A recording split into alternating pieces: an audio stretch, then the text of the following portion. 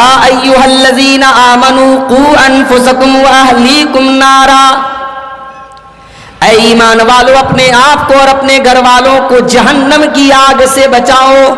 وقودھا الناس والحجارہ، جہنم کی آگ پیٹرول سے نہیں جلے گی، ڈیزل سے نہیں جلے گی، کوئلے سے نہیں جلے گی، مٹی کے تیل سے نہیں جلے گی، لکڑیوں سے نہیں جلے گی۔ وقودھا الناس والحجارہ، جہنم کی آگ انسانوں سے جلے گی اور جہنم کی آگ گندک کے پتھروں سے جلے گی۔ علماء کہتے ہیں گندک کا جو پتھر ہوتا ہے نا، وہ آگ میں اگر ڈال دیا جائے تو آگ اور بھڑک جاتی ہے۔ جہنم کی آگ انسانوں سے جلے گی، منشیہ سے جلے گی، اور جہنم کی آگ گندک کے پتھروں سے جلے گی۔ میرے پیارے بھائیوں، اللہ تعالیٰ جہنم کی آگ کا نقشہ کھینچ رہا ہے، جہنم کی آگ کی تصویر ہمارے سامنے بیان کر رہا ہے۔ میرے بندو، اپنے آپ کو اور اپنے گھر والوں کو جہنم کی آگ سے بچاؤ، جو انسانوں سے جلے گی، جو پتھروں سے جلے گی۔ دنیا کی آگ میں کوئی انسان اگر جل جائے، اس کے مرنے کے بعد اس کی ڈیڈ باڈی ہمارے سامنے لائی جائے، کمزور دل اور دماغ کا آدمی جلے ہوئے آدمی کی لاش کو دیکھ نہیں پائے گا۔ کبھی کبھی آپ دیکھیے کہیں حادثہ ہو جاتا ہے۔ آج سے 25-30 سال پہلے بھوپال کے اندر ایک بہت بڑا حادثہ ہوا تھا، جس کو بھوپال گیس کانڈ کے نام سے یاد کرتے ہیں۔ زہریلی گیس لیک ہو گئی، ہزاروں لوگ اس گیس کی وجہ سے مر گئے اور ان کی پوری باڈی جو ہے وہ جل گئی۔ یا کسی کارخانے میں، کسی بلڈنگ میں جب آگ لگ جائے اور آگ لگنے کے بعد اس میں سے جب جلی ہوئی لاشیں نکلیں تو پھر آپ دیکھیے وہ لاش دیکھنے کے لائق نہیں ہوتی۔ میرے پیارے بھائیوں، دنیا کی آگ میں انسان اگر جل جائے تو اس کے شریر کو ہم دیکھنے کی طاقت بھی نہیں رکھتے۔ جہنم کی آگ تو دنیا کی آگ سے 70 گنا زیادہ خطرناک ہوگی۔ اللہ کے نبی فرماتے ہیں، او لوگوں، دنیا کی آگ سے جہنم کی آگ 69 گنا زیادہ، 69 گنا زیادہ خطرناک ہوگی۔ صحابہ نے کہا، اللہ کے نبی، دنیا کی آگ تو جلانے کے لیے کافی ہے، جب دنیا کی آگ ہمیں جلا دیتی ہے اور بھسم کر دیتی ہے تو جہنم کی آگ کتنی خطرناک ہوگی کہ اس سے وہ 69 گنا زیادہ خطرناک ہوگی۔ اللہ تعالی ہمیں اور آپ کو، اپنے آپ کو اور اپنے پریوار کو اس جہنم کی آگ سے بچانے کا حکم دے رہا ہے۔ اللہ کہہ رہا ہے بچاؤ اپنے آپ کو اور اپنے پریوار کو جہنم کی آگ سے۔ میرے پیارے ساتھیوں، آج ہم سب اپنے آپ کو ہم بچاتے ہیں۔ ہم بائک چلاتے ہیں تو ہیلمٹ لگا کر کے چلاتے ہیں تاکہ ایکسیڈنٹ نہ ہو جائے۔ اگر ایکسیڈنٹ ہو جائے تو ہیلمٹ ہماری جان کو بچا لے۔ ہم کار چلاتے ہیں تو سیٹ بیلٹ لگا لیتے ہیں، اگر ایکسیڈنٹ ہو جائے تو ہماری جان بچ جائے۔ ہم فلائٹ میں سفر کرتے ہیں تو فلائٹ کے سفر میں بھی ہم احتیاط کرتے ہیں اور ہم کوئی رسک نہیں لیتے۔ ہم دنیا کے سفر میں اپنی جان کو بچانے اور اپنی جان کی حفاظت کی پوری کوشش کرتے ہیں۔ اپنے بچوں کی بہت زیادہ چنتا کرتے ہیں۔ اگر ہم اپنے بچے کے ماتھے پر ایک خروج بھی دیکھ لیں، اپنی بیٹی کے سر پر ہمیں کوئی چوٹ بھی دیکھ لیں، اپنی بیوی کے چہرے پر ہم کوئی چوٹ دیکھ لیں، ہم برداشت نہیں کر پاتے، ہم بے چین ہو جاتے ہیں، ہم پریشان ہو جاتے ہیں، ہم ڈسٹرب ہو جاتے ہیں۔ اللہ فرماتا ہے، میرے بندو، تمہیں اپنے بچوں سے اتنا پیار ہے، اپنی بیوی سے اتنا پیار ہے، اپنی فیملی سے اتنا پیار ہے، تم اپنے بچوں کو ان کے چہرے پر ایک معمولی سی چوٹ بھی نہیں دیکھ سکتے۔ یا ایھا الذین آمنوا قوا انفسکم واہلیکم نارا، ہو میرے بندو، تم اپنے بچوں کو دنیا کی آگ میں جلتا ہوا نہیں دیکھ سکتے تو جہنم کی آگ میں اپنے بچوں کو جلتا ہوا کیسے دیکھ سکتے ہو؟ بچاؤ اپنے آپ کو اور اپنے پریوار کو جہنم کی آگ سے۔ میرے پیارے ساتھیوں، ہمارے نبی جناب محمد رسول اللہ صلی اللہ تعالی علیہ وسلم صفا کی پہاڑی کے اوپر چڑھ کر کے اپنے پورے خاندان کے لوگوں کو بلاتے ہیں۔ سارے خاندان کے لوگ جب آ جاتے ہیں، اللہ کے نبی اپنے سارے خاندان کے لوگوں کو بلانے کے بعد کہتے ہیں، اے میرے چچا عباس تم بھی آ جاؤ، اے میری بیٹی فاطمہ تم بھی آ جاؤ، اے میرے خاندان کے لوگوں تم بھی آ جاؤ۔ انقذوا انفسکم من النار، او میرے خاندان کے لوگوں، او میرے پریوار کے لوگوں، او میری بیٹی فاطمہ، او میرے چچا عباس، اپنے آپ کو جہنم کی آگ سے بچا لو۔